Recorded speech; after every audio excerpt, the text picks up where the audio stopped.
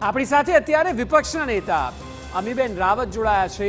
અમીબેન, આપનું સ્વાગત છે। સૌથી પહેલો સવાલ એ કે વરસાદ અટક્યા આટલા કલાકો થયા ત્યારબાદ પણ અનેક વિસ્તારોમાં પાણી ઓસર્યા નથી। પ્રજા પરેશાન છે। દર વખતે આની આ સ્થિતિ શહેરની કેમ સર્જાય છે?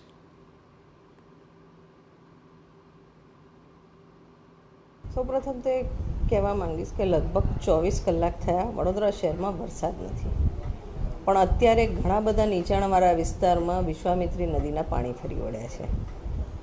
કાલે કુદરતી 7 થી 8 ઇંચ વરસાદ પડ્યો છે લગભગ 12 કલાકમાં, પણ શરૂઆતના 3 કલાકમાં જ જે વરસાદ પડ્યો એ વરસાદના લીધે આખા શહેરમાં વોટર લોગિંગ થઈ ગયું હતું અને ત્યારે નદીઓ ખાલી હતી, તળાવો ખાલી હતા, પણ પાણી નદી કે તળાવ સુધી પહોંચતા નહોતા।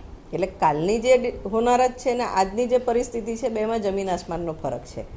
આજે આજવા ડેમથી પાણી છોડવામાં આવ્યું છે, સવારથી કોઈ વરસાદ નથી, તેમ છતાં એનું વિશ્વામિત્રી નદીનું લેવલ વધી રહ્યું છે। પણ કાલનું જે વોટર લોગિંગ હતું એ માનવ સર્જિત હતું અને જો પ્રોપર પ્લાનિંગ થયું હોત, પ્રી મોન્સૂનની કામગીરી પ્રોપર થઈ હોત તો એ નિવારી શકાત।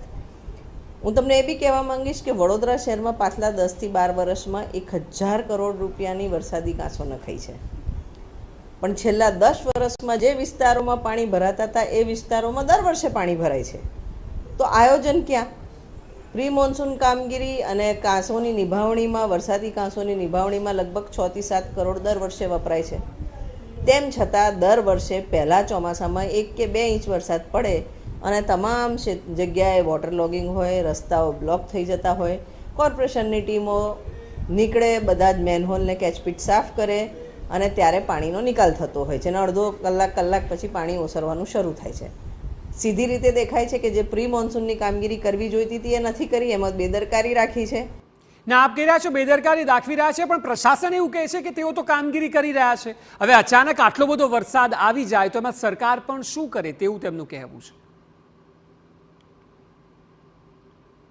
8 ઇંચ વરસાદ પડ્યો તો 12 કલાકમાં, પણ વોટર લોગિંગ થયું ત્યારે તો ફક્ત 3 ઇંચ વરસાદ પડ્યો તો 12 વાગ્યા સુધી, 3 કે 4 ઇંચ વરસાદમાં જ સમગ્ર વિસ્તાર ડૂબી ગયો હતો।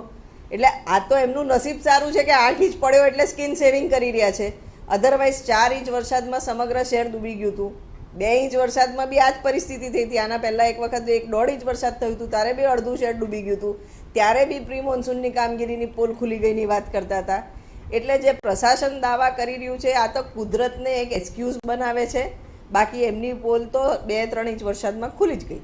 જી બિલકુલ અમીબેન, હવે આશા રાખી કે વિપક્ષ તરીકે આપ પણ પ્રજાના પ્રશ્નો ઉઠાવતા રહો અને પ્રશાસનને મજબૂર કરો કે ખરેખર કામ થાય। આભાર TV9 સાથે વાતચીત કરવા બદલ। તો અમે સુરત અને વડોદરાની અત્યાર સુધી વાત કરી કે જ્યાં સ્થિતિ ખરેખર બેકાબુ છે, લોકો કલાકોથી એના એ પાણીમાં વરસાદ ન હોવા છતાં પણ રહેવા મજબૂર